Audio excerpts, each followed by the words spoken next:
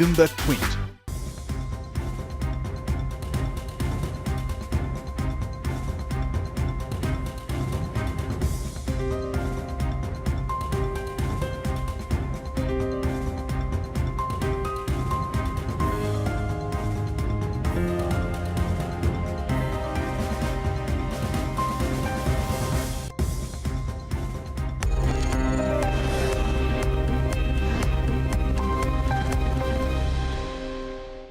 Many thanks for joining us on Bloomberg Quint. I would like to start this interview by asking you what your experience has been in the last 1 year and what has been the department's experience in the last 1 year since GST was implemented.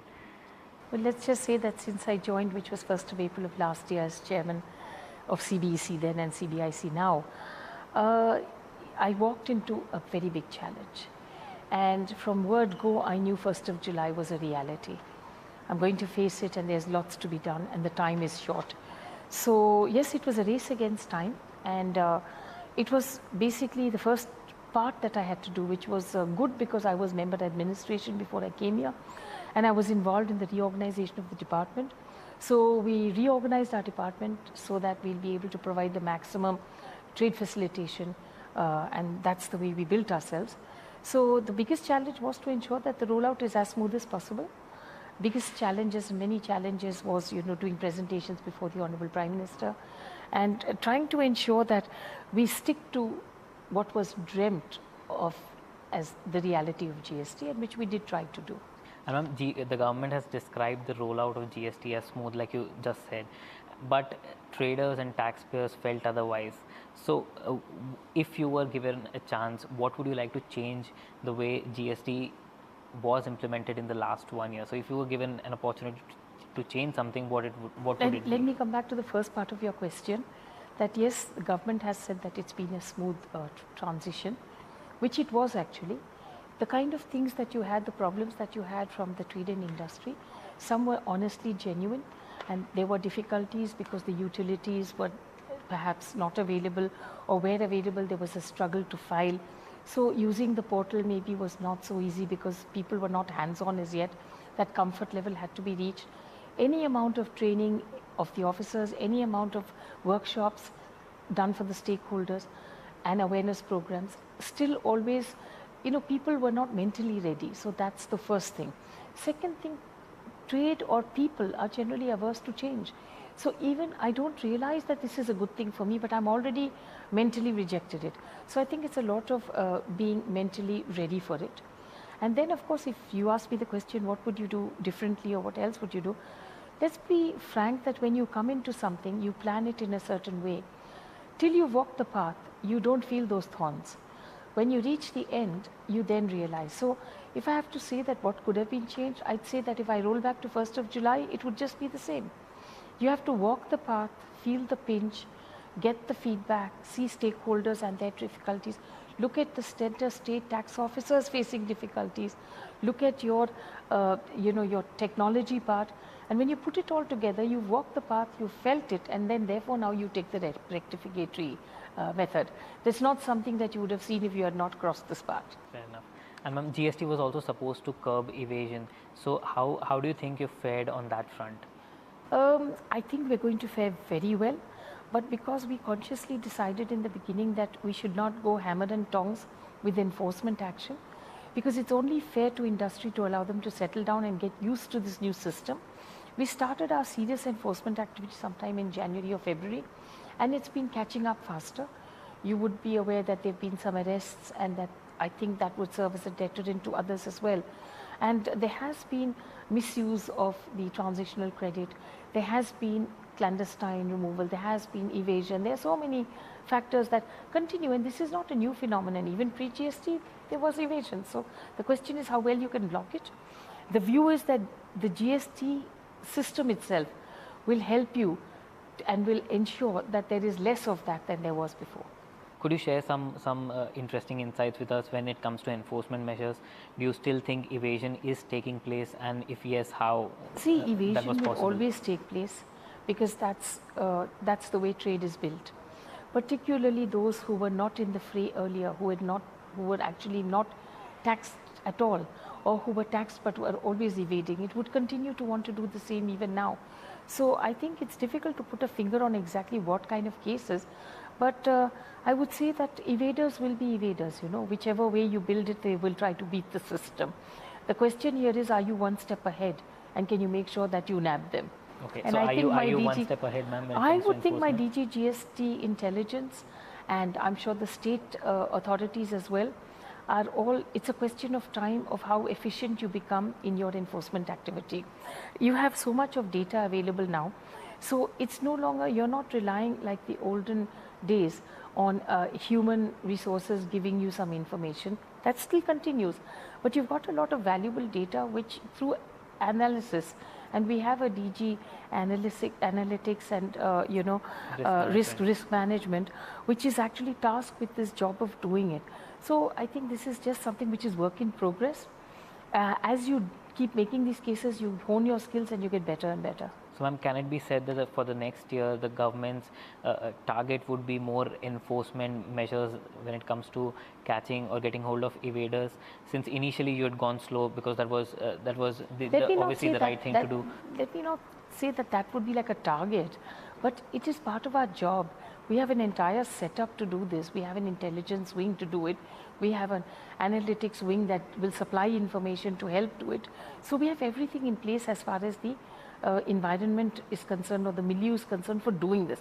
So definitely enforcement is something, and as you start looking at the returns and as you start doing your auditing, naturally things will emerge, and therefore definitely it will be a step up from what we were doing till now. And how would GSTN help you in bringing in these enforcement measures? GSTN is hugely important because it's housing all the data, and our reliance on GSTN is basically for all the data to come to us.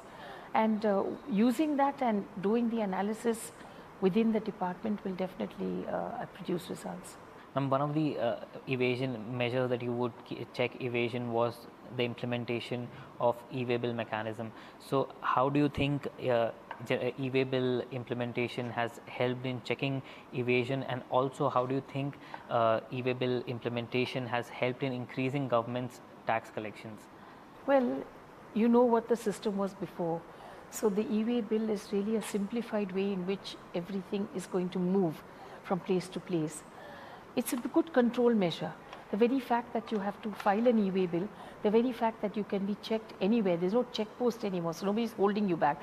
But that itself should be a deterrent that you must have an e-way bill for those who need to have it. And I think if you follow that system, you don't have to fear anything or anyone. So I definitely think introducing the e-way bill, putting it into a particular, and it's running well, interstate and intrastate, and everybody's on board. I think just that movement has become that much smoother, and naturally the checks as and when, if anything is detected, is something which I think is going to help a lot in our enforcement approach. And how do you think e-way bill implementation has helped in increasing tax collections? The same thing, because again, you see, evasion now becomes that much more difficult. You can get checked anywhere. At earlier times, if you crossed a particular checkpoint, you felt your relief was there and you felt nobody can touch you after that. But I think now it's just this thing that it can happen at any time. It puts people on alert, and it makes people realize that I'll be safer carrying the e-way bill properly than exposing myself to some kind of a check like this. So honestly, naturally revenue should definitely be affected in a positive way by this introduction. Okay, and ma'am, what are the other measures that the government is taking to increase compliance of taxpayers? Because we've seen a significant gap in the number of registered taxpayers and those who are actively filing returns and paying taxes. So what are the other measures that the government is taking? We had, from the very beginning, as we were looking at the non-filers, that data on non-filers has been obtained, and it's literally every field office that is examining and scrutinizing why people have not filed. Now, there are instances of people who actually have wanted to cancel, and initially that utility was not available, so they were waiting so that they could cancel. People have stopped doing businesses, or they migrated but actually didn't want to do business further. They just wanted to safely migrate. Many of them have not migrated. Many of them have sporadically have migrated, filed returns for 3 months, and then there's a gap, nothing. So all this is under scrutiny by the field officers. And definitely from this, we hope to ensure that people who should be registered should come on board and be registered. It's been a year since GST got implemented, but the revenues from GST have not yet stabilized. So, what do you think is the reason for this, and what are the steps that the government is taking to so that the revenues from GST stabilize and obviously increase further? I won't say that it's not stabilized. As a matter of fact, if you look at the way the pattern of revenue which started in the month of July, August, September, which was in the 90,000, 92, right, 93,000, there was a dip when the returns got filed, and there was a bit of a problem in the filing of returns, so people couldn't pay their taxes on time. But that too got ironed out, and so you came down to about 83 or 84,000 crores, moved on then, and then reached about 88 or 89,000 crores. And then, of course, that peak in the month of March, because being a March phenomenon. And then thereafter, you've come to 94,000 crores. So if you're looking at a comparison March's figures, it's a pretty good climb. So we're actually on the climb. And I would think that with all the measures that are being taken, not only will it stabilize, but there will be tax buoyancy as well. Okay, and how have the collections been for the month of May? That will come out. We'll be giving those figures out. Ma'am, the junior finance minister also recently said that there could be another massive GST rate cut soon. So when could this be expected? And also, don't you think this would be another additional burden when it comes to GST revenues? See, I think giving any benefit as far as rates is concerned is something that has to be seen vis-a-vis the revenue loss as a revenue department, and also whether you can manage to mop that up through any other source, so that when you're giving it away, you're still secure in your revenue. So this matter has to be seen holistically, and I think it will happen, but maybe in a little while. Okay, and the GST Council is also meeting on the July 19th. That's right. So what would be the agenda for that meeting? Will inclusion of fuel, natural gas and ATF be also discussed in the coming meeting? I know you wouldn't be a part of it. Yes, I won't be a part of it. What the agenda but no, it's coming up, but the date is now moved to the 21st because of the Parliament session which is starting. And those dates got announced after the initial announcement for the Council. But the Council meeting will be on the 21st. It's still a way away, it's still 3 weeks to go. So the agenda is being finalized. Okay. Ma'am, also, how do you think including petrol and diesel under GST can even be proposed? Because it's a contentious issue, all of us know.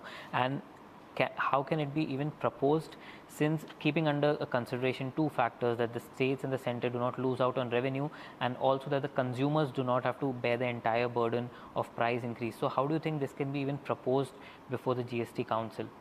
See, the fact that you can tax these petroleum products is already there in the law.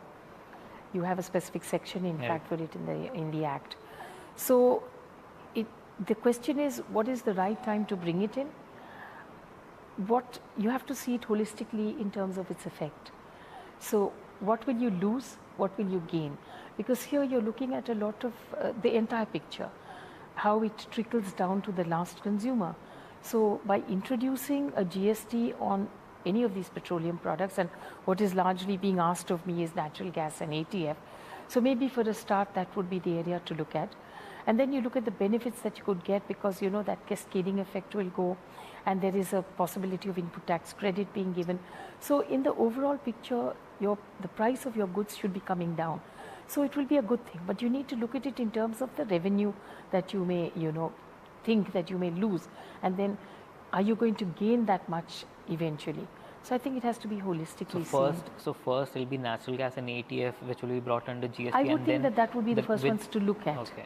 And with the experience that the government sees, eventually petrol and diesel because will they're all there. It's all, everything is possible to be done. It's all a question of as to when. And then, as you know, in the council, you have to bring everybody on board.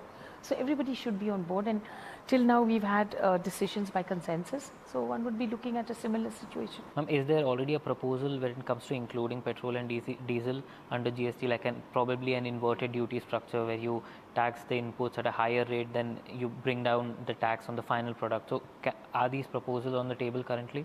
Not as yet. Let's see. I mean, as I said, all this will be taken up by and by.